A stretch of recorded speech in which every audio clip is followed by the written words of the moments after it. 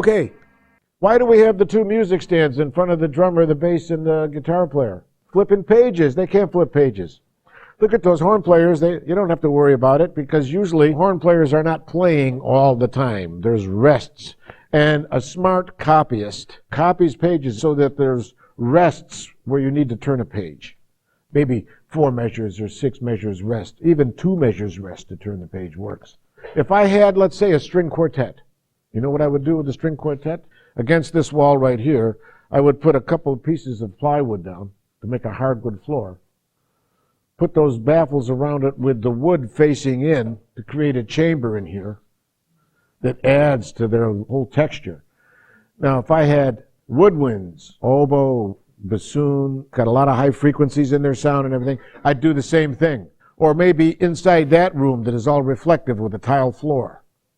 Now, if I had the brass, now we're talking about a different story. I'd close the curtains, leave the rug, and put the low baffles around the brass to separate the trumpets from the trombones or something so I could have separation.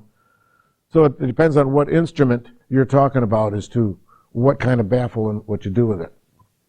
You want the reverberation sound for the strings, which are a light sound, or woodwinds, clarinet, flutes. One of the reasons why the horns are put in that position is this is a jazz group.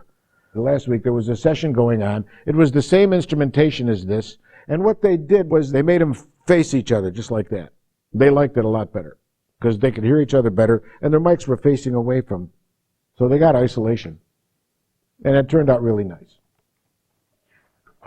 Okay, now we go into the big band. That's the way a big band rehearses, basically. But now the way I try to record the big band, that's about what the setup would look like.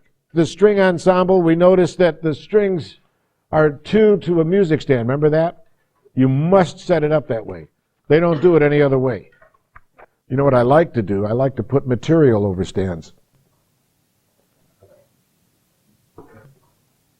So listen, suddenly my voice changes. This stand is ringing and I'm vibrating the stand. I'll talk for a little while and see if you can recognize my voice change. It's changing for me because it's reflecting it back to me, which means it would then reflect it back to this microphone and then get picked up as a phase problem.